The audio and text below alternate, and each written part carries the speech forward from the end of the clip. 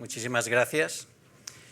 Y también ya presentamos aquí otros libros de Daniel, y en este caso el nuevo libro de Daniel Innerarity, La libertad democrática. Yo creo que no exagero, no es aquello amor de editor, si digo que Daniel Innerarity es el filósofo político de referencia en estos momentos, no solo en España, sino también en muchos países, especialmente en Latinoamérica. Daniel acaba de estar hace un par de semanas en Argentina y este fin de semana se va a Perú. Por lo tanto, es alguien a quien hay que escuchar y, como ha dicho él mismo, no hay democracia de calidad sin conversación de calidad. Y la conversación que vamos a tener hoy, sin duda, será de altísima calidad. Y contamos para ello, tenemos el privilegio de contar con la vicepresidenta segunda en funciones del Gobierno de España, Yolanda Díaz, y con José Andrés Torres Mora, que fue miembro del Congreso de los Diputados y actualmente es presidente de Acción Cultural Española, que no es porque él esté aquí, pero ayudan mucho a la internacionalización de la edición y de los autores españoles. A los dos, además, son buenos conocedores de la obra de Daniel Innerarity, por lo tanto, les agradezco muchísimo que estén hoy aquí y también agradecer a Daniel su confianza una vez más para que publiquemos este nuevo libro, que es ya el 7º de los tuyos, Daniel, que tenemos la suerte de publicar.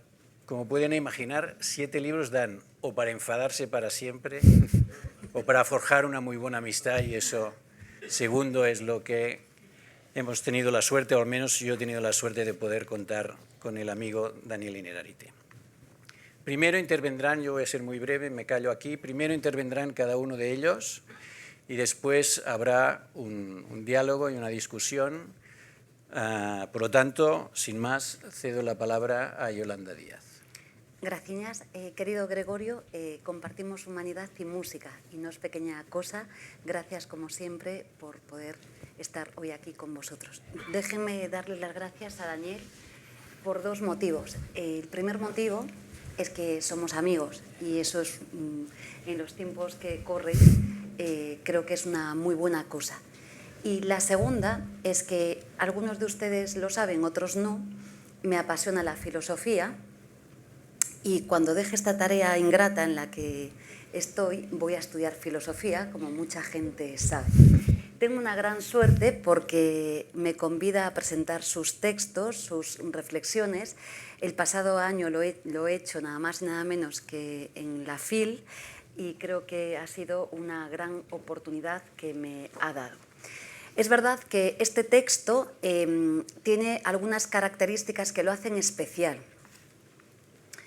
Y es que, a pesar de la sencillez que aparenta en sus capítulos, aborda, creo que, la complejidad de las temáticas y las realidades de las sociedades contemporáneas, también la nuestra, con una complejidad y una profundidad bueno, quedaría, si ustedes y nosotros cogemos cada uno de los sencillos capítulos y nos ponemos a reflexionar sobre los mismos, verían ustedes las conclusiones y los debates que tendríamos. Pero me atrevo a decir que con una sencillez tremenda plantea, así muestra al mundo la complejidad de todo lo que estamos viviendo.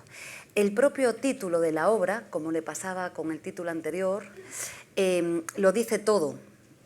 La libertad democrática. Como nos acompañan aquí, el propio título nos hace pensar sobre algo tan grande como es la libertad en nuestro país y en el mundo. Y cómo es posible que en los contextos actuales, pues las fuerzas de la reacción se hayan reapropiado de este concepto, lo hayan reinstitucionalizado, lo hayan frivolizado y además lo arrojen contra la mayoría social.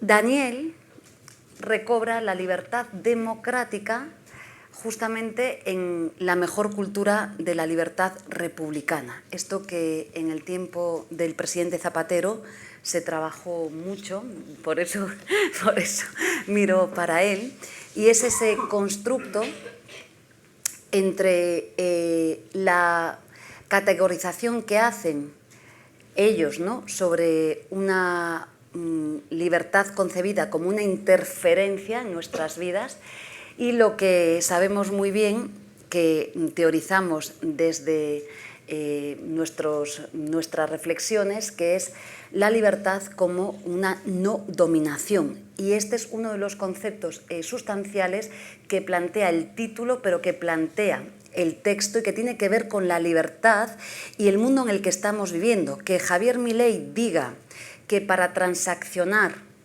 y conseguir votos en este momento renuncia a la venta de órganos, nos preguntamos, se pregunta el autor, ¿es esto libertad?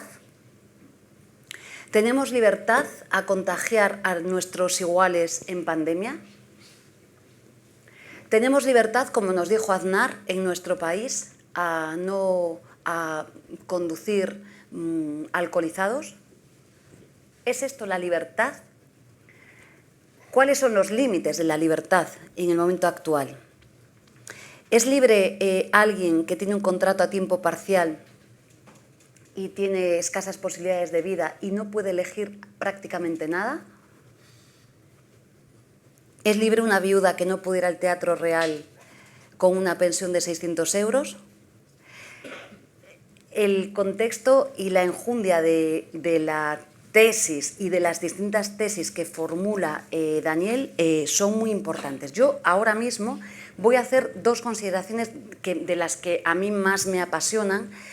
En su reflexión, retomar el debate sobre la libertad me parece que es clave en este momento. Dos, la libertad lo es en un mundo en el que estamos viendo cómo asaltan el Capitolio, ¿no?, y lo que deconstruyen en las sociedades contemporáneas. Dos, lo que él denomina la democracia del odio.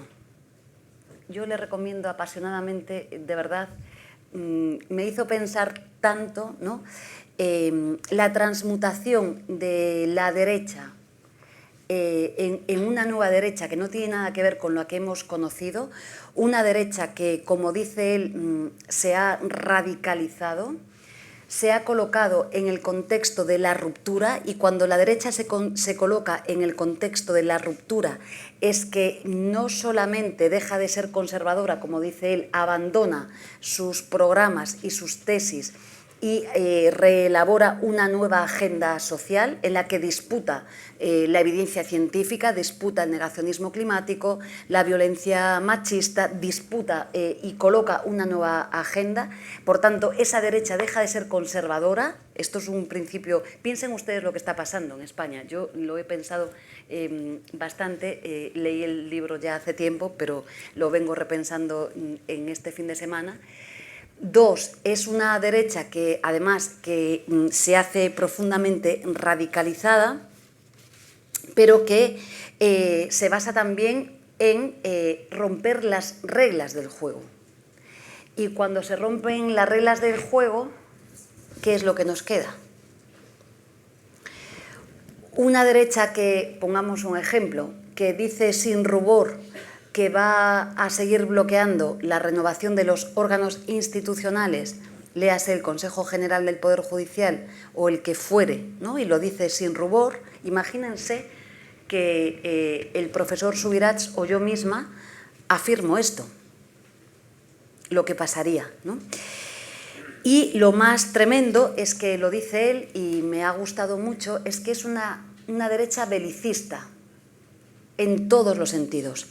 Es una derecha que quiere derrotar al otro. Y yo me acordaba aquí, Daniel me dejó impactada, porque no veo la televisión normalmente, con perdón, no sé si está bien que diga esto, pero he visto después lo que ha dicho Macarona Olona de mí misma, ¿no?, cuando ella dice ha sido a la única a la que no fui capaz de, como dijo, no sé, derrotar o no es derrotar, no sé cómo era a mí me asustó, porque realmente es que no van a la cosa pública para mejorar la vida de la gente. Es que hay una finalidad que realmente sí que es belicista, es acabar con el de enfrente. En definitiva, una derecha que ya no es conservadora, que es algo más. Y dejo como aperitivo algo que a mí me van a permitir que les diga, que me apasiona y que me hace sentir muy bien con Daniel, que tiene que ver el amor con el diálogo. Y yo me atrevo a decir, ¿no?, con todas las reflexiones que él hace, yo que soy hija del diálogo y profeso el diálogo, creo que es muy interesante lo que él plantea. No voy a dar ningún titular, ¿no?, pero no debo, pero está claro que la política es justamente eso, es dialogar desde posiciones de partida diferentes para hacer una síntesis y llegar a acuerdos, porque si no llegamos a acuerdos, ¿qué es la política? Y él parte de una tesis con la que no voy a dar titulares, pero en la que teoriza: quien se sienta a dialogar, ¿no?, con posiciones extremas y de pureza, su objetivo no es transformar la sociedad, no es cambiarla. Su objetivo probablemente es sustituir al otro. Casi cito palabras literales de lo que él dice. Creo que en este momento, lo he defendido siempre, el diálogo es más necesario que nunca, siempre lo ha sido,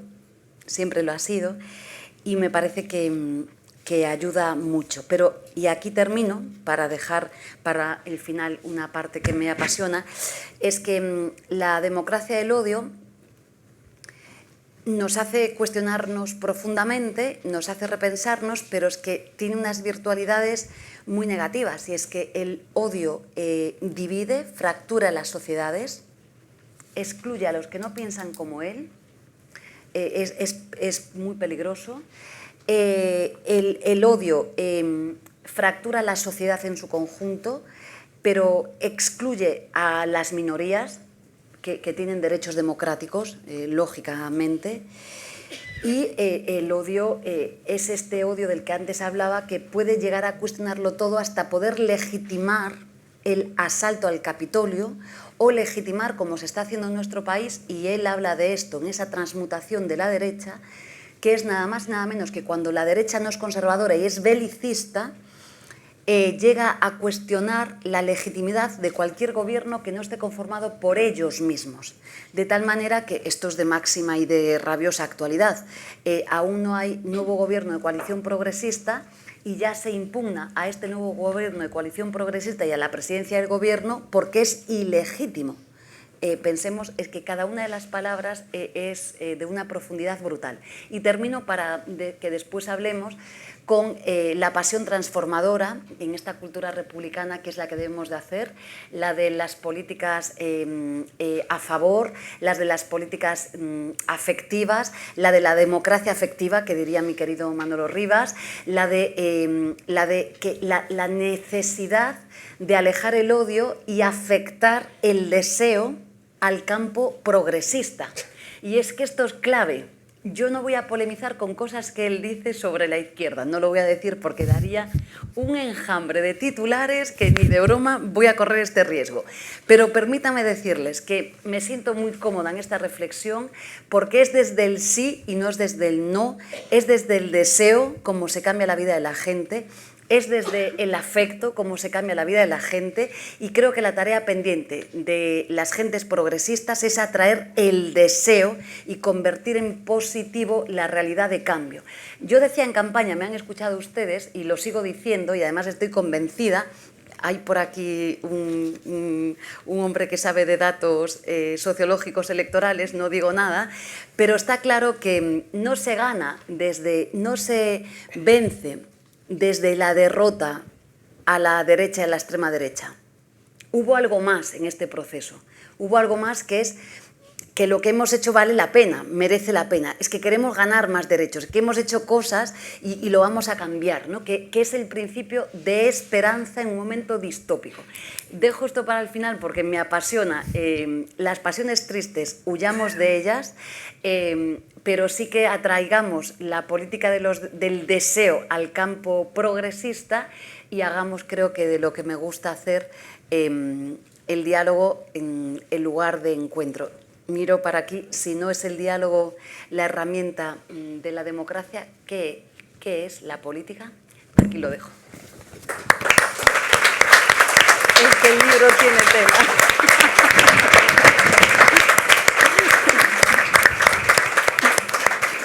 Muchas gracias, Yolanda. Retomando el hilo de lo que has dicho y retomando también palabras de Daniel, él dice que uno de los efectos de la llamada polarización, es decir, ¿no? Cada vez hay más extremismos, uno de los efectos de la llamada polarización es que sustituye el poder compartido, que tendría que ser lo democrático, por la impotencia compartida. Es decir, cuanto más polarizada es una sociedad, menos capaz es de transformarse. En fin, José Andrés, tienes ahora la palabra. Muchas gracias, buenas tardes. Muchas gracias a la Fundación Ortega Marañón, de la que fui patrono de su fundación muchos años, y gracias a Daniel por invitarme, vicepresidenta. Yo nunca me he curado de ser profesor y los profesores tendemos a enrollarnos, así que lo he escrito para cumplir con el tiempo tasado y no pasarme.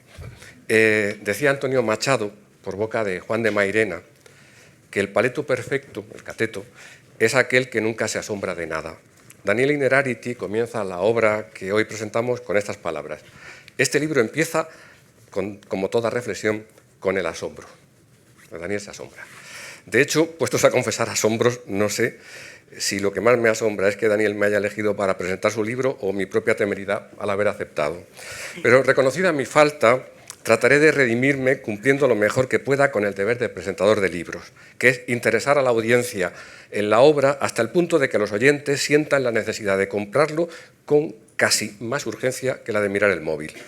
John Esther, el sociólogo al que yo le rezo cada noche antes de dormir, afirma que los seres humanos tenemos una inteligencia limitada, pero somos conscientes de ello.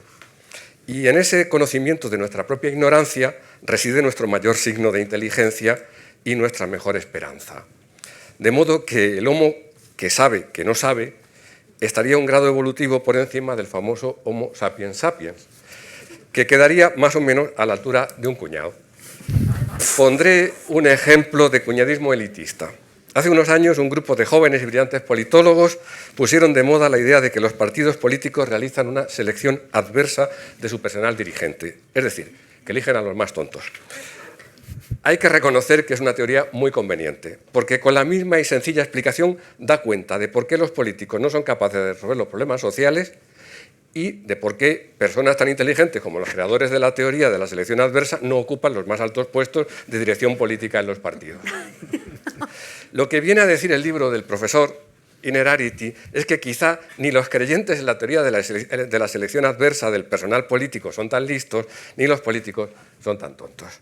En fin, alguna razón tiene la teoría de la selección adversa, pero no todo. En su libro se pueden aprender muchas cosas, tanto teóricas como prácticas, sobre la libertad, la política, la democracia, pero sobre todo se puede aprender a pensar, que es lo más práctico de todo. El libro de Daniel es principalmente un manual de pensar la política. Y para pensar no hay nada mejor que las paradojas. Dice, este libro está escrito antes de las últimas elecciones del 23 de julio. Y creo que el autor tenía en su mente las victorias del PP en las elecciones autonómicas previas de Andalucía, de Murcia o de Madrid del 2021. Por esa razón está más dirigido a la izquierda que a la derecha, pero vale igual para todos. ¿Qué pasa cuando tu campaña consiste en decir que el adversario es moralmente inelegible y resulta elegido? ¿Qué cara se te queda? ¿No sería mejor tratar de comprender por qué tantas personas han votado algo que para nosotros es inaceptable? ¿Son todas ellas malas o estúpidas? ¿No sería mejor revisar nuestro pensamiento, nuestra estrategia. El título del libro, La libertad democrática, procede precisamente de una de estas paradojas, como bien ha explicado la vicepresidenta. La izquierda planteó las elecciones de la Comunidad de Madrid del año 21 como una lucha contra el fascismo, pero la bandera de la derecha en esas elecciones era la libertad. ¿No le habría ido mejor a la izquierda si hubiera llevado el debate a discutir la concepción de la libertad de la derecha desde la convicción de que la libertad que propugna la izquierda es más real, más práctica y más plena? La izquierda acudió al campo de batalla equivocado, dejando vacío un espacio, el de la libertad, que la derecha ocupó con una propuesta de menor calidad. La libertad que propugna la derecha, según Daniel, como ha relatado la vicepresidenta, es la libertad neoliberal de que nadie interfiera en mi deseo o incluso en mi capricho. Aunque mi capricho sea, como bien ha explicado la vicepresidenta, conducir borracho o trabajar de cara al público sin vacunarme. La libertad que propugna la izquierda no es la de hacer mi capricho, sino la de que nadie me someta al suyo, aunque eso signifique renunciar al mío. El ideal de la libertad de la derecha es el de Robinson Crusoe en su isla, ser libre en ausencia del otro. El ideal de libertad de la izquierda es ser libre en la ciudad, es decir, ser libre en presencia del otro. Demasiadas veces olvidamos torpemente que somos una especie social, eso sí, muy singular y extraña. Edward O. Wilson, el biólogo más destacado de las últimas décadas, argumenta en un libro que se llama La conquista social de la Tierra que los seres humanos somos una quimera genética, resultado de dos sistemas de selección distintos. A diferencia de las hormigas, en la que solo las reinas se reproducen, nosotros somos una especie social con reproducción individual.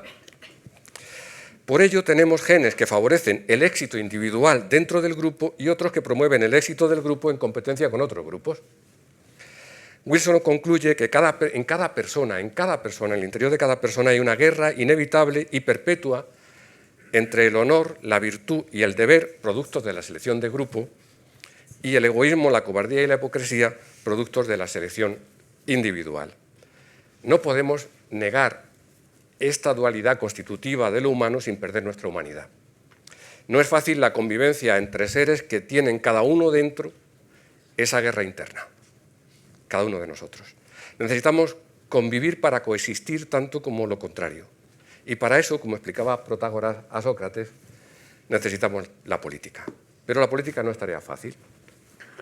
A aquellos que creen que cualquier problema se resuelve con una votación o con la sabiduría indiscutible de un comité de expertos, o quienes hablan en nombre de la nación, el pueblo, la clase social o incluso de un territorio, es decir, hablan en nombre de sus ríos, valles y montañas, o hablan en nombre de los que murieron y de los que no han nacido todavía, a todos ellos les vendría muy bien leer este libro para evitar seguir haciendo el ridículo. En mi época de diputado, cuando subía a la tribuna del hemiciclo y decía, señorías, tomo la palabra para fijar la posición de mi grupo parlamentario, me recordaba a mí mismo que estaba asumiendo mucho. Es decir, me decía, te estás viniendo arriba.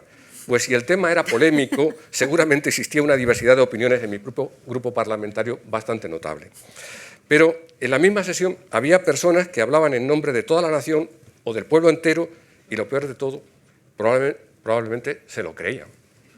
El libro del profesor Innerarity es también una lección sobre cómo lidiar con un elemento fundamental de la naturaleza humana que es esencial para la política. Leonard Molodinow, un físico muy interesante, relata que en Estados Unidos se realizó un estudio entre jóvenes del último año de instituto a los que se les preguntó si se consideraban parte del 1% de los mejores. El 25% de los estudiantes declaró que sí.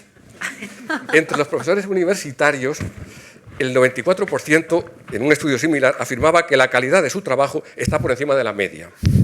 Molodinow argumenta que nuestra mente tiene un mecanismo que permite acomodar el 25% en el 1 y ese 94% en la mejor mitad, gracias a ese mecanismo que es la ambigüedad.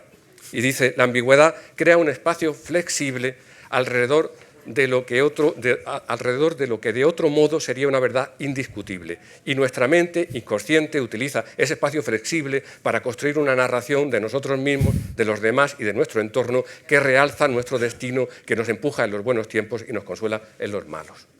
Eso dice Molodinow. De manera que la verdad, que es fundamental en todo, no lo es tanto en la democracia, donde tiene más importancia, la democracia tiene que ver más con lo posible que con la verdad. Cuando Daniel Innerarity habla de la democracia como interpretación, en contraposición a quienes buscan en los datos y los hechos la respuesta total y definitiva a cualquier problema político, lo hace porque comprende que la ambigüedad es una forma de resolver muchos conflictos de forma satisfactoria. Y cualquiera que haya negociado una enmienda sabe perfectamente de lo que estoy hablando. Sí, total. Hay una frase de Daniel en su libro que me resulta luminosa. Dice así: el verdadero coraje es la autolimitación en política. Pero tengo que confesar que muchos años antes de leérsela a Daniel, se la escuché en numerosas ocasiones al presidente Rodríguez Zapatero, y yo era su jefe de gabinete, o sea que tenía que escucharlo, y lo que es más importante, se la vi practicar todavía más veces de las que se la escuché. En la convivencia te va mejor si no quieres tener toda la razón, ni todo el poder, ni siempre. También en la convivencia política te va mejor si eres así. A esa frase de Daniel le sigue otra frase no menos brillante. Dice Daniel: no tiene pensamiento propio quien no desconfía del pensamiento propio. Y así todo el libro. A mí me asombra la sabiduría política de Daniel Innerarity. Muchas gracias.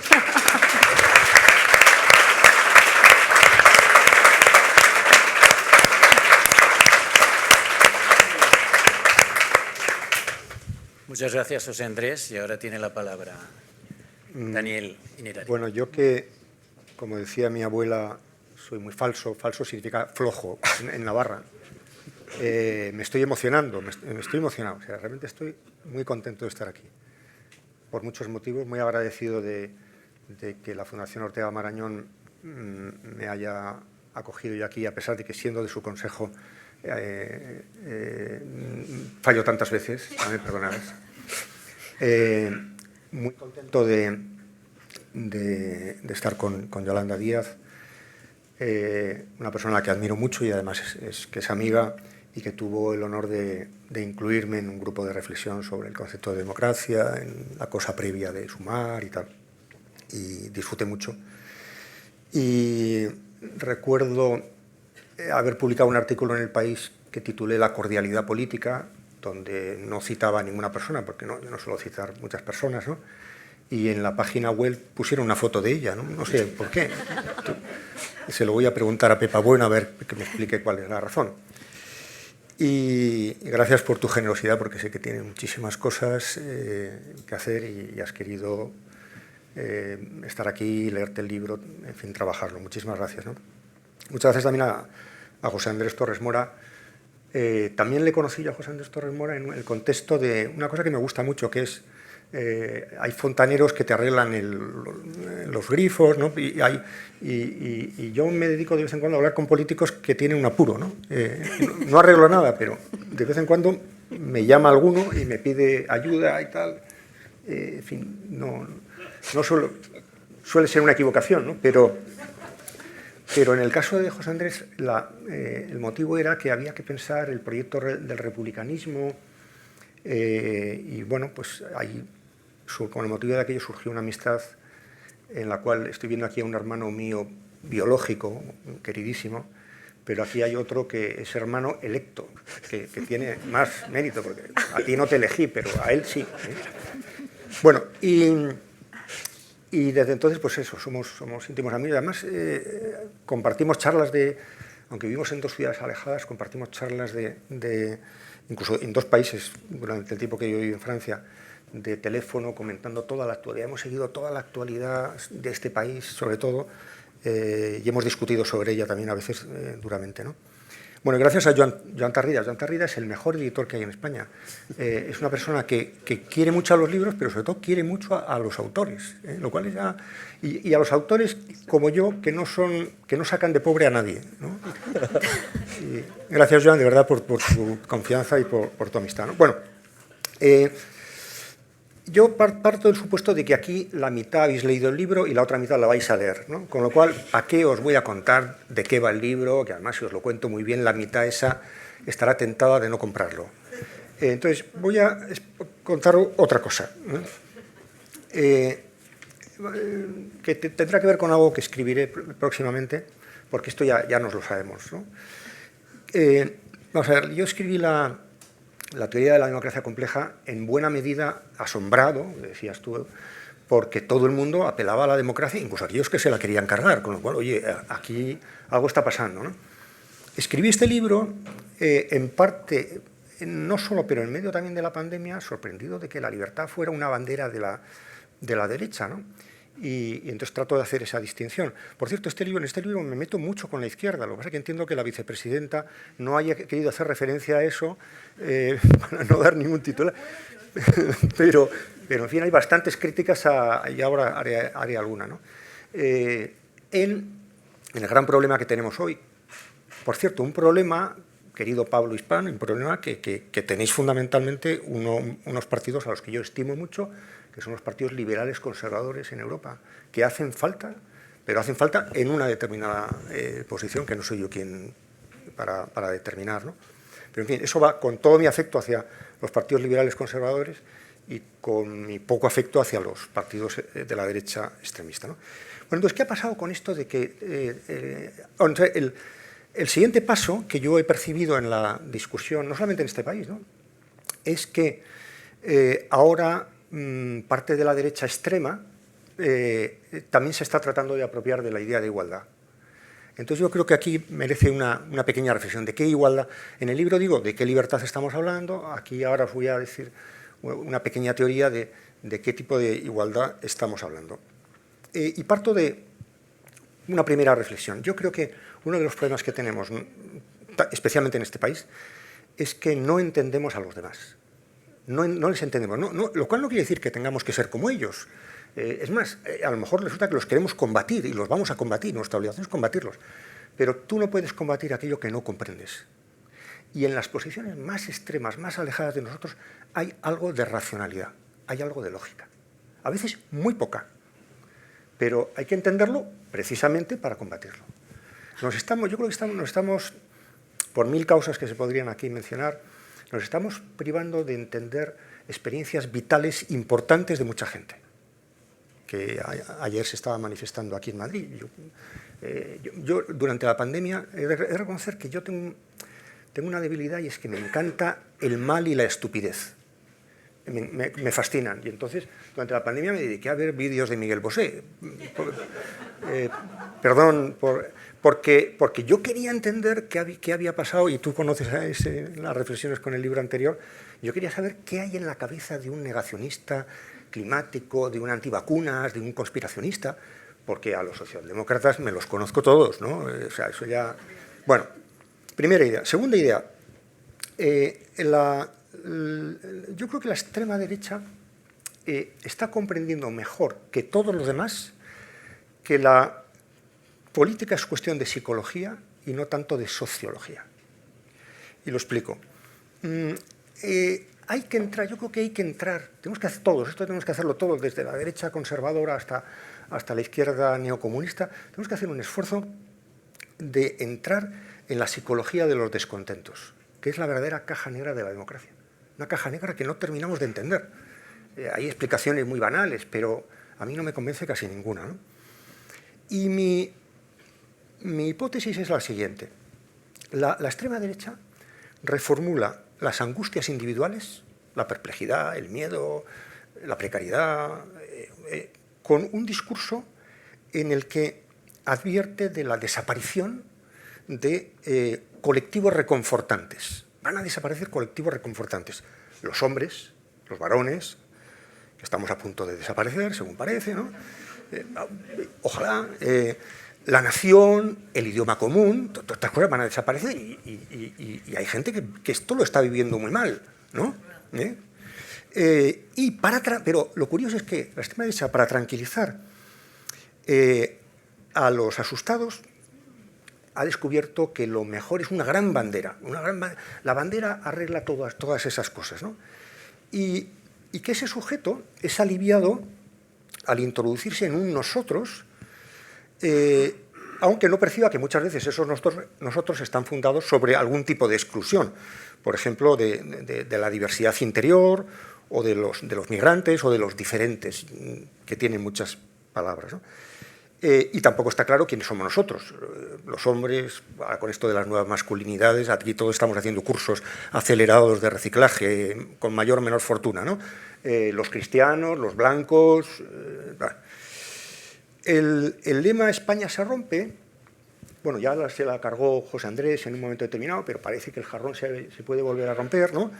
Se inscribe, yo creo que se inscribe en este contexto, ¿no? Que es una ruptura que no tiene que ver con la territorialidad, ¿no? Lo que se está rompiendo, no lo entendamos mal, no es la territorialidad.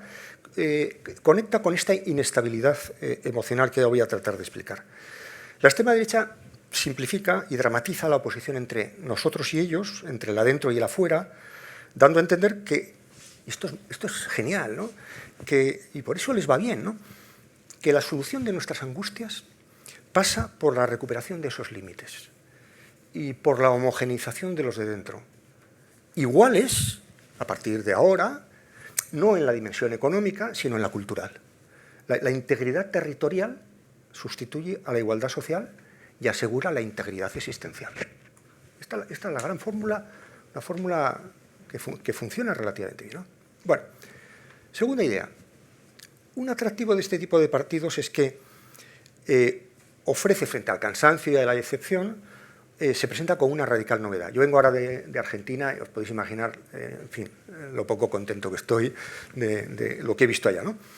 Pero claro, del mismo modo que se presentan como partidos que no han gobernado antes, también se presentan, y es otro tema interesante para discutir, como quienes dicen lo que todo el mundo piensa, pero nadie se atreve a decir. Esto contra el discurso de lo políticamente correcto, ¿no? Pero claro, en cuanto les oyes hablar, dices, ¿cómo que...? Eso por supuesto que se ha dicho muchas veces, se ha dicho demasiadas veces eso que tú dices, ¿no?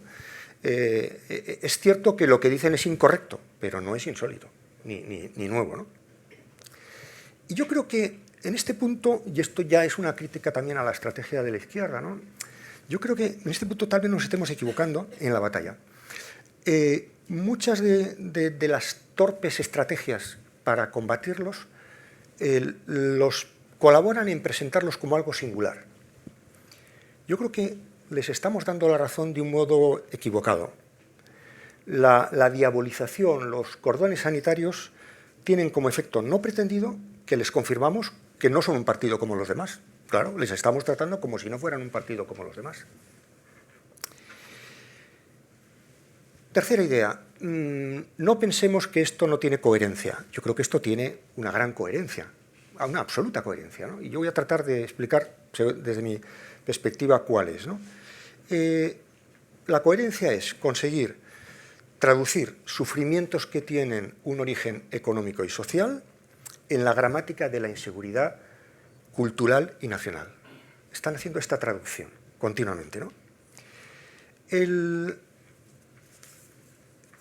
Yo creo que la estrella... Bueno, entonces, ¿por qué hablo aquí de igualdad? ¿Por qué hablo, o sea, ¿cómo aparece aquí la igualdad? Primero, me parece que la extrema derecha, yo lo he visto en Francia, país donde he vivido muchos años, pero lo he visto también en Alemania, en Italia, donde me paso la mitad de la vida.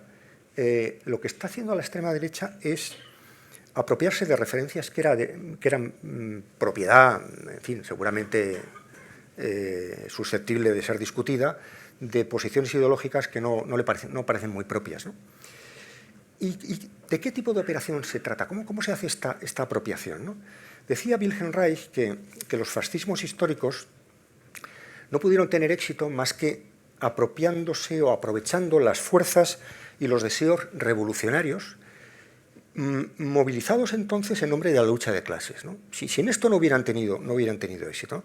Bueno, pues la pregunta que yo me hago es si el éxito relativo o el que pudieran tener las extremas derechas en Alemania, en Francia, en España, en Italia, en Estados Unidos, no se debe a que hacen lo mismo con los afectos progresistas actuales, ¿eh? Lo que hizo el fascismo con la lucha de clases, con la conciencia de clase, lo puede estar haciendo una parte de la extrema derecha con los afectos progresistas.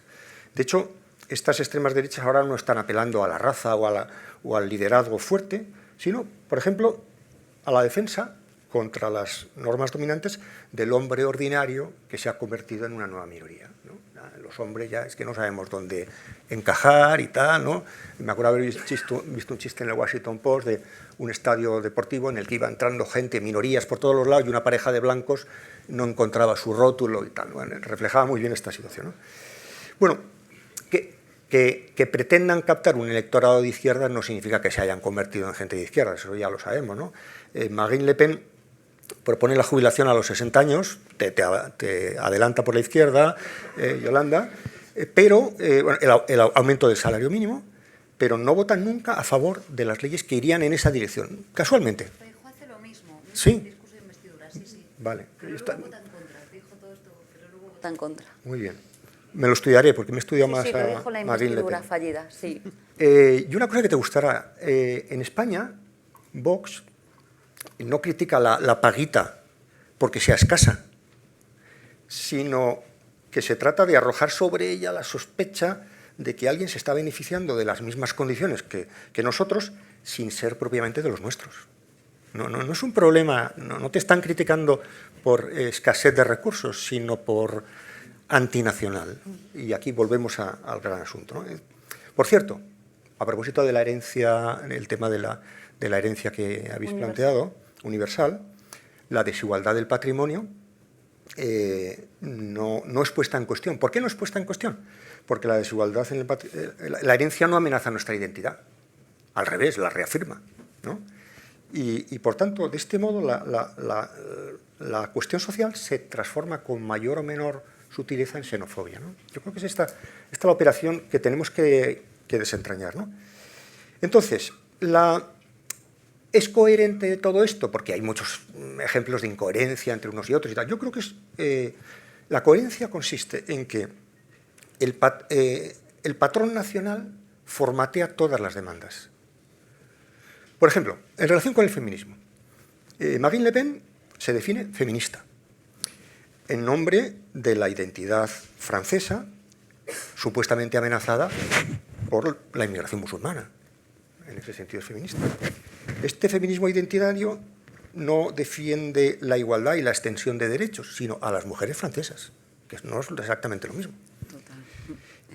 La laicidad no se defiende en nombre de la protección de las minorías o de la separación de la Iglesia y el Estado, sino porque forma parte del patrimonio del universalismo francés. La laicidad consiste simplemente en no aceptar la presencia de otras religiones distintas de la propia y en rechazar los signos de otra cultura en el espacio público. Es muy hábil, esto es muy hábil, ¿no? Cuando hablan de laicidad o de raíces cristianas de Europa, no están defendiendo algo universalizable, sino rechazando lo foráneo. Lo que les interesa es rechazar lo foráneo, porque yo me he encontrado en Francia con gente que hablaba en favor de la Iglesia Católica y no tenía ninguna práctica religiosa, ¿no? Y yo trataba de entender aquello hasta que me pareció entender que en el fondo lo que estaban diciendo es musulmanes no. Ya, bueno, pues ya está, empecemos por ahí, ¿no? Tanto cuanto defienden la laicidad como cuando reivindican la religión, lo hacen en lo que tienen de propiedades nacionales. Y esta es la clave, ¿no? La lógica de este discurso es total. Es la coherencia de lo monotemático.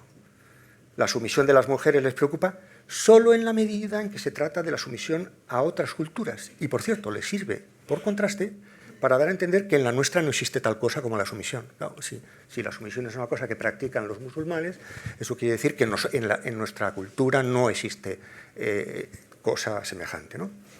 La promoción de derechos, para preparar esto, me he leído el programa de Vox, ya os he dicho que a mí me fascina el mal, bueno, no es el mal, pero me ha parecido muy interesante entender que les irrita especialmente cuestiones que tienen que ver con la lucha contra el cambio climático, sobre todo porque vienen de instituciones foráneas, de las Naciones Unidas, de la Unión Europea, ¿no? Si hay que proteger a los trabajadores es porque son españoles, porque son nacionales, y frente a los migrantes, no porque son trabajadores, porque son españoles, ¿no? Si están a favor de la ecología, esto me fascinó leer el programa, la parte ecológica de Vox, es fascinante. Están a favor de la ecología por su valor patrimonial y paisajístico. Paisajísticos. Todo, páginas hablando de lo bonitos que son las catedrales españolas, los ríos, los valles y tal, cosa que es cierta, pero bueno, yo creía que esto iba de otra cosa. Por cierto, claro, no les puede... Todo lo introducen en el marco nacional, incluso este asunto que en el fondo nos pone en una clave cosmopolita, porque claro, el cambio climático no, es totalmente cosmopolita en el sentido peor de la expresión, de que trasciende las fronteras, ¿no? Bueno, en conclusión, que me estoy enrollando demasiado. Yo animo... Mira, este libro, yo con este libro no pretendo convencer de mis ideas, pretendo dar que pensar un poco, dar alguna clave para vivir un poco en este escenario de tanta desorientación, tanta promiscuidad, donde unos cogen un término de otros. Y me gustaría que lo que yo os prometo cuando escribo este libro, y os pido que lo leáis y me ofrezco para que lo leáis y discutamos sobre él, es que yo creo que de aquí sacaréis alguna idea para entender un poco mejor las cosas, ¿no? Y mi conclusión. Yo creo que el radicalismo, esto lo puedo decir yo, porque aquí yo no voy a sacar titulares, el radicalismo antifascista no es suficientemente radical, porque comparte con sus adversarios el mismo campo de juego antagonista. Absolutamente de acuerdo. Y esto es el gran error. Esto es el gran error. Si esto va de antagonismos, lo vamos a pasar muy mal. No vamos a construir los acuerdos necesarios para transformar las cosas que hay que transformar, importantes. Y, por tanto, yo creo que hoy la radicalidad democrática nos debería llevar a desmontar el modo como concibe la política del pensamiento reaccionario. Especialmente esa contraposición entre un ellos y unos otros, entre amigos y enemigos, entre hombres y mujeres, un antagonismo que determinadas formas de combate a veces reproducen de una manera bastante torpe, ¿no? Muchísimas gracias y perdonar que me haya extendido tanto.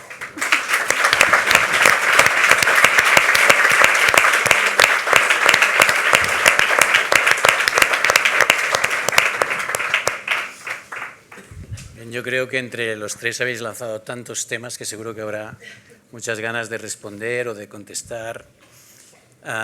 Y Daniel ya nos ha dado una pincelada de los próximos libros, ¿no? Siempre... Lo de Daniel, los libros... En realidad no son libros, son como una serie, son temporadas. Entonces yo le preguntaba el otro día, ¿de qué va la próxima temporada, ¿no? Porque yo leo los libros de Daniel como si fuera una serie, ¿no? Esta temporada me ha gustado. Alguna cosa que ha estado apuntada en un capítulo anterior, que de repente un personaje aparece, ¿no? Eso es. Toma protagonismo. Es que en el fondo uno habla siempre de lo mismo. Hay que disimularlo, pero... Bueno, si dejas de hablar de lo mismo, te dejamos de leer. O sea, yo espero que reconocerte en cada libro.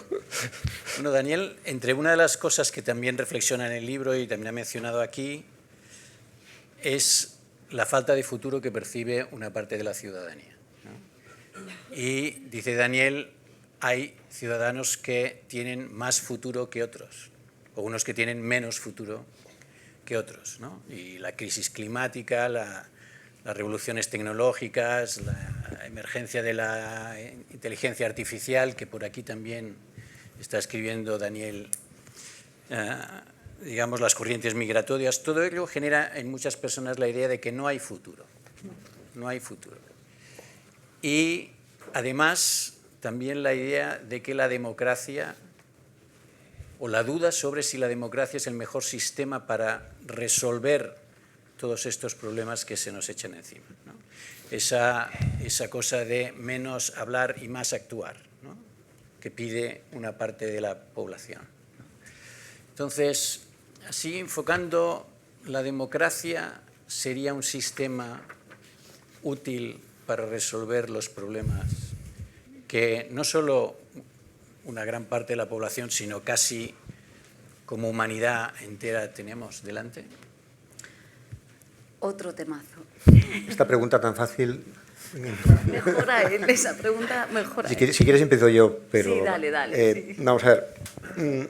Yo tengo la tesis de que un presente bueno no basta para ilusionar con la democracia. En vuestro gobierno os preguntabais antes de las elecciones, ¿cómo es posible que siendo los datos económicos... Bueno, porque... Y yo contesté, porque nos falta alma. Puede ser un motivo. Fui un titular, ¿no? Sí. Al gobierno le falta alma, sí. Puede ser. Yo creo que también porque la democracia vive del futuro que promete. Y de un futuro que tiene que ser creíble, claro, yo no puedo prometer cualquier cosa, ¿no? O sea, la democracia tiene que formular una promesa creíble y verosímil e igualitaria. Y hoy en día lo que tenemos es una cosa muy curiosa. En las encuestas, esto es una cosa que a los políticos les irrita especialmente. ¿Cómo es posible que en las encuestas la gente diga que la situación económica, esto lo he hablado mucho con José Andrés, la situación económica del país es nefasta y la mía es buena? Hay una incoherencia, ¿no? Y yo creo que es porque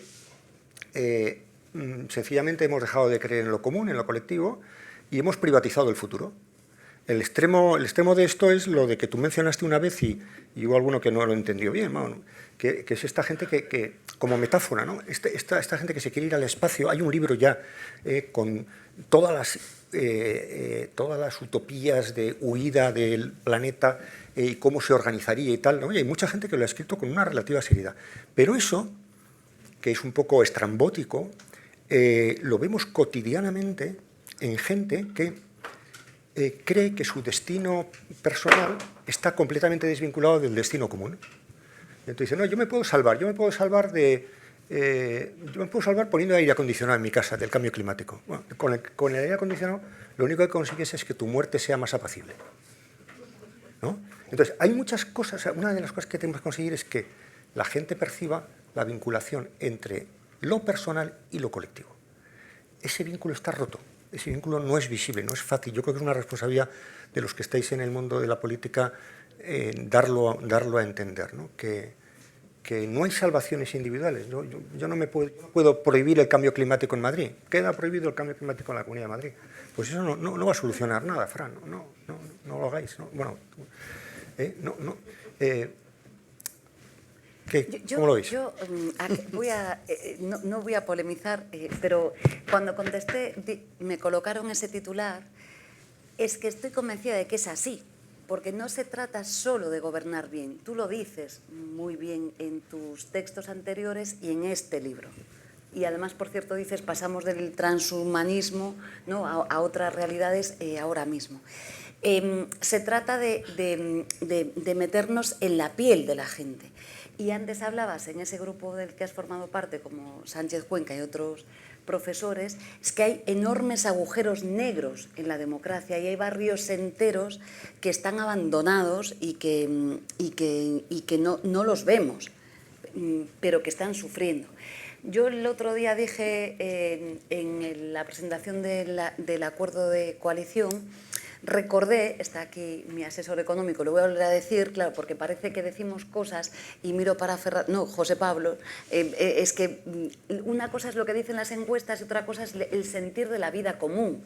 Y es que si la mediana salarial son 1.500 euros al mes, es que la gente no vive bien, Daniel. Lo creo sinceramente. No sé si en un pueblecito galego o navarro puedes vivir un poquito bien. En Navarra seguro que no, que todo es muy caro. En Galicia un poco mejor.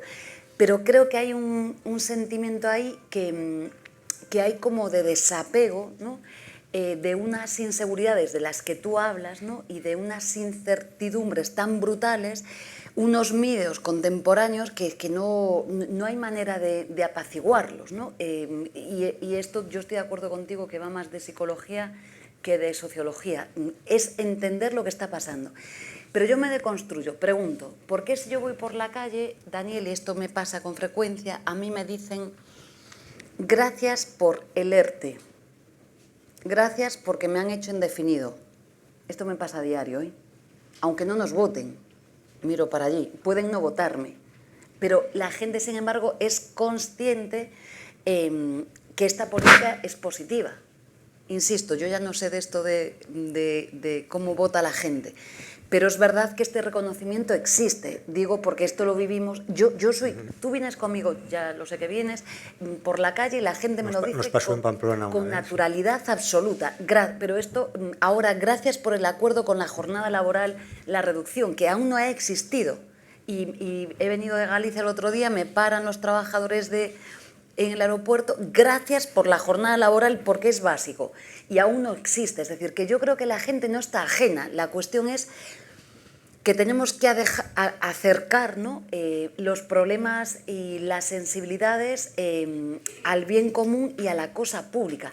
Y los políticos son un rollo, Daniel. Sí, los políticos son un rollo, de verdad. Yo a veces digo, esto sí que no, aquí no hay medios, no sé. Sí, sí, es verdad, sí. porque tú vas a una rueda de prensa en Moncloa, ¿no? No sé cuál es la efectividad de eso. Lo digo, perdón, que aquí como tiene más experiencia que yo, miro para él, para liarlo a él Pero creo que una cosa de las que tú dices es que tenemos que acercar el deseo, ¿no? Que esto es clave, las pasiones alegres, y no me meto en el jardín que me encantaría, porque tienes una razón, como un templo en muchas cosas, en otras discrepo, ¿no? Pero tenemos que hacer un ejercicio de el deseo de convertir en apetecibles los proyectos que estamos defendiendo. Y yo creo, lo digo con una auténtica pasión, una pasión transformadora, que fuimos el único espacio teórico que presentamos un proyecto de país. No hay proyectos de país. Y tenemos que tener proyectos de país y discutirlos. ¿Cuál es el proyecto de país de la investidura de Feijóo? Yo no lo sé decir.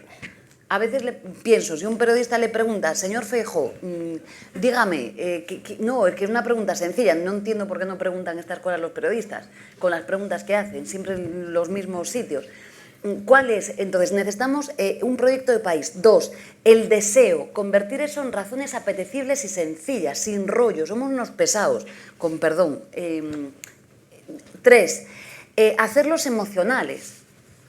Si a mí los trabajadores aún no hemos reducido la jornada y me dan las gracias, es que esa expectativa, ese deseo sin construir, ¿no? Es que proyectan la esperanza, ¿no? Y proyectar en un proyecto de país y político la esperanza es algo clave. Ya ha pasado un poco, yo di la turra con esto mucho tiempo, desde que vi Years and Years, que me dejó como alucinando con la propagación de todas las series distópicas, ¿no? Que no es casualidad, porque están proyectando todo el tiempo series distópicas, porque nos roban el futuro y porque nos roban la capacidad de soñar, de pensar, de imaginar. Si la política no es soñar, no es imaginar, no es debatir mucho y proyectar deseos, ¿qué es? Entonces, creo que aquí, ¿no? Es un largo debate del que tú hablas, en el que claro que parecía que la derecha, bueno, se colocaba, ¿no? Como en el deseo del pasado, de conservar lo que había, el no sé qué, y la izquierda parecía, o el grupo progresista, los grupos parecían que proyectábamos esa imagen. Ahora no es así. Entonces yo creo que hay que ganar el futuro y hay que ganarlo desde el deseo, desde las políticas a favor, desde la esperanza y con tiempo largo, Daniel.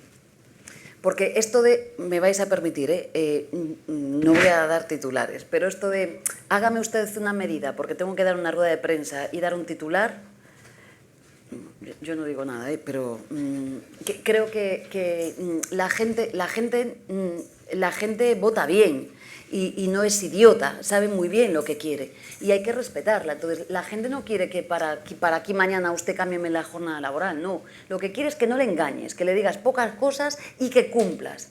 Me parece, no sé, parece que esto es pedir mogollón, Paloma, pero no es pedir mogollón, es no sé, pocas cosas y que tengan que ver con la vida de la gente, ¿no? No sé, esto es que a mí esto me apasiona, pero es un tema. Te toca a ti ahora, que yo ya. Esto te lo resuelve, José Andrés. Esto no. Yo pensaba, oye, el libro de Daniel, si alguien lo lee dentro de 50 años, dirá que actual. Porque yo creo que esto no va a cambiar. O sea, que la política constitutivamente es así y cuando piensas en cómo eran las historias que le pasaban a Alcibíades, pues no, tampoco te sorprende, ¿no? A mí, hablando de todo esto, yo creo que hay una cosa que a mí me interesa mucho de Daniel, cuando lo decía, es cómo piensa. Porque el cómo piensa te sirve a ti para luego pensar otras cosas. Es decir, que no es tanto los pensamientos de Daniel como el cómo piensa Daniel, cómo afronta los problemas, ¿no? Y eso me parece muy interesante y me parece muy útil para cualquiera de cualquier ideología. Por eso, digamos, Daniel le interesa a mucha gente muy diversa, porque es interesante cómo piensa. Y yo creo que detrás de lo que hablamos todo el rato, claro, cada uno tira a donde sus intereses, sus curiosidades o lo que sea. A mí me parece que hay un problema cognitivo. Tú lo dices todo el rato en el libro, ¿no? Es decir, para cambiar el mundo hay que entender el mundo, hay que entender la realidad. Te pones a cambiar una realidad o a pedir cambios y no te enteras. A veces estás pidiendo cambios que no te convienen, ¿no? A mí me pasó que después de 15 años en el Congreso de los Diputados, un día cuando iba, vi que me saludaban los dos leones y dije, me estoy poniendo pesado. Y entonces quizás tenga que dejar de ser diputado porque 15 años son una pasada, ¿no? Y me volví a la facultad, yo soy profesor titular de la Facultad de Sociología de la Complu, y empecé a dar mi clase. 20 años después, como una novela de Dumas, porque luego me había chupado antes 4 años de jefe de gabinete Zapatero, o sea que en total, pues vuelvo a la facultad y mi asignatura es Estructura Social de España. Yo explico cómo es la sociedad española y tal. Por cierto, el cambio más importante en 20 años, impresionante, es la situación de la mujer en España. No tiene nada que ver. Las cosas que yo tenía en mis apuntes, en mis cuadros, en mis estadísticas en el año 1999 y las de 2019 eran radicalmente diferentes. Lo que más ha cambiado en España es la situación de la mujer. Pero llegó el Día de la Juventud, ¿no? de hablar de los jóvenes en España y tal. Y entonces le leo a mis estudiantes esta frase. Dice, aparentemente esta generación de jóvenes pasa de la sociedad, pero en realidad es la sociedad la que está pasando de los jóvenes. No sabe qué hacer con una generación entera que ha tenido la inoportunidad de presentarse en plena crisis y le ha transferido el problema a las familias, que tampoco saben qué hacer con los jóvenes, aunque pueden tenerlos sentados a su mesa. Nuestra sociedad habla mucho de la juventud sin decir nada. Habla mucho de los jóvenes para no hablar con los jóvenes. Estos, por su parte, callan, pero su silencio clama a gritos. Y les pregunto, ¿de quién está hablando? Y dijeron ellos, de nosotros. Le dije, no, esto es el informe de juventud del año 1985 de José Luis de Zárraga, un sociólogo al que adoro. Digo, y está hablando de mi generación. Está hablando de nosotros. Y cuando me preguntaban mis compañeros, ¿qué te parecen los estudiantes después de tanto tiempo? Yo creo que detrás había una crítica. Y yo les decía, son mejores que nosotros. Mucho mejores. Mucho mejores. ¿Por qué? Porque se han criado y se han educado en un mundo mucho mejor que el nuestro, mucho más rico, mucho más culto. Han viajado mucho más, saben más idiomas, tienen muchas más posibilidades. Y nos empeñamos en decir, uy, qué desastre. Porque tenemos un error de perspectiva. Entonces, a veces tratamos de arreglar con procesos complejísimos y grandes movimientos, cosas que probablemente se podrían arreglar con reformas ajustadas, precisas, bien trabajadas, bien orientadas, viendo si funcionan, si no funcionan, e ir cambiándolas, ir cambiando la vida de la gente, que es, en el fondo, de lo que se trata, cambiándola, si es posible, a mejor. Entonces, yo creo que lo que no me parece nada bien es que la gente que entra en la universidad cada vez más joven. Sí, también es verdad, es increíble, claro. Cuando nosotros entramos eran de nuestra edad y claro, ahora son mucho más jóvenes que nosotros. Entonces, claro, ese problema subjetivo de que vemos el mundo cada uno desde una perspectiva y que la sociedad es poco transparente. Hablamos todos nosotros del pueblo, de la gente, de no sé quién y tal, pero yo cuando me meto y analizo una encuesta, se me dispersa, se me va de entre las manos la gente o los conceptos grandes. Y lo que encuentro es gente muy distinta. Y desde luego la gente no se ha hecho ni de extrema derecha, ni de extrema izquierda, ni de extremo centro. Más o menos, las familias ideológicas, por supuesto con el tiempo tal, de 1936 fueron las mismas que de 1977 en porcentaje de voto. 36, 77, 2019. O sea, los mismos porcentajes de voto. Comunistas o poscomunistas, nacionalistas, socialdemócratas o socialistas, derecha liberal, extrema derecha. Si los medimos, más o menos las comunidades ideológicas se han mantenido igual en 80 años. Aquí va a seguir la misma gente dentro de 40 años, cuando nosotros no estemos aquí, la mayoría, casi todos. No estaremos aquí. y estarán los mismos, las mismas comunidades. Con lo cual lo que tenemos que empezar a entender es que el libro de Daniel puede tener muchas ediciones, porque la política va a ser igual, va a ser igual. Y la diferencia está en cómo resolvemos los problemas.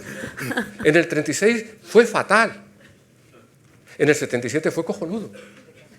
Entonces, ¿con qué espíritu? ¿Cómo nos tratamos? Nunca, cuando fui diputado, perseguí a nadie, nunca fui a destruir a nadie, nunca hice preguntas parlamentarias para joder a nadie, porque pensaba que, y cuando escribía, que escribí más de 500 artículos en el periódico del sur de Málaga, que es mi provincia, procuré, una vez si no lo hice, pedí perdón, cuando criticaba a alguien citarlo por el cargo, nunca por su nombre, para que si su hija o su hijo, 15 años después, buscaba a su padre porque quería hacer una biografía, no iba a encontrar mis críticas, pero iba a encontrar mis elogios, si lo había hecho bien. Y yo creo que eso sí depende de nosotros. Entonces, primero, tú lo dices todo el rato en el libro, no tengamos miedo, porque el miedo no te deja pensar, el miedo te lleva al odio, dice la vicepresidenta en ese pasaje tan bueno del libro, ¿no? Entonces, no tengamos miedo, serenémonos y usemos la cabeza, o sea, seamos capaces de pensar que no sabemos muchas cosas. Claro que hay mucha gente que tiene problemas. Yo vengo de un mundo con muchos problemas. Pero en ese mundo la gente era muy educada, muy respetuosa, muy fuerte, muy fuerte. El dolor nunca les hizo perder la compostura. A veces pierden la compostura y gritan más, como gente que no siente, o sea, que es un dolor que imaginan o que proyecta, un dolor social que no conocen, que nunca han padecido, pero quien lo ha padecido no actúa así. Y es así, esa generación, que fue la de mis padres, fue capaz de dar a la sociedad lo que ellos nunca tuvieron, que fue libertad y prosperidad. Total.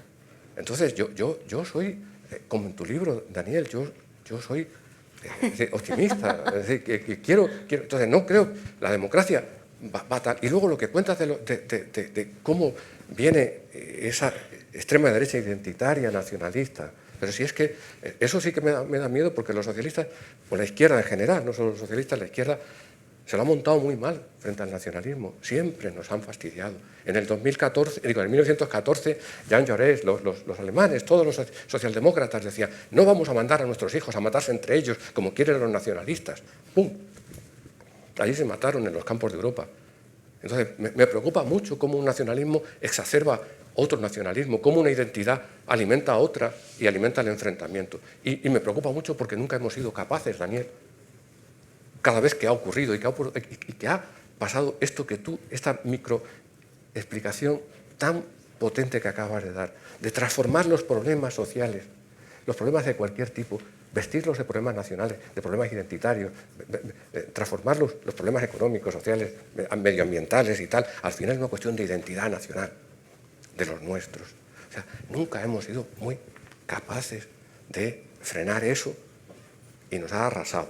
Entonces, eso sí me preocupa, porque lo has explicado muy bien, pero no termino de ver la solución. Yo al menos no la termino de ver, porque si la tuviera, te aseguro que llamaría a la vicepresidenta, al presidente, a quien sea, y le diría, mira, pero no la tengo.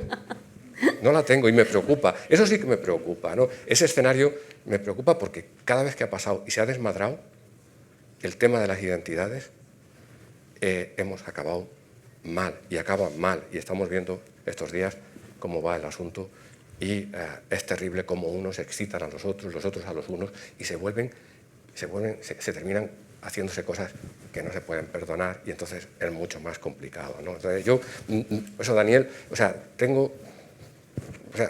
diría, para resumir, por eso lo leí todo, porque ves cómo me pasa lo del profe, entonces, qué coñazo. Para resumir, hay un problema cognitivo de los seres humanos, no nos enteramos, queremos a veces resolver todo el mundo, cuando en realidad bastaría con hacer algunas cosas urgentes que se podrían resolver y mejorarían, es un Pareto, mejorarían muchísimas cosas con poco. Y dos, me preocupa, creo que la democracia es fuerte y tal, pero me preocupa pues, la cosa del nacionalismo, porque contra eso siempre hemos fracasado la gente que tiene una posición pues, de izquierda, progresista y tal, ¿no?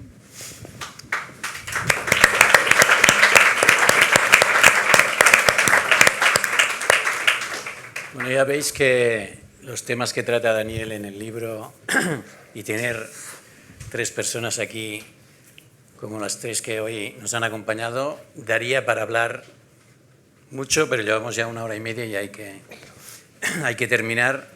Muchísimas gracias, vicepresidenta, José Andrés y sin duda Daniel, y a todos ustedes por estar hoy aquí, y gracias una vez más a la Fundación por acogernos y hasta pronto.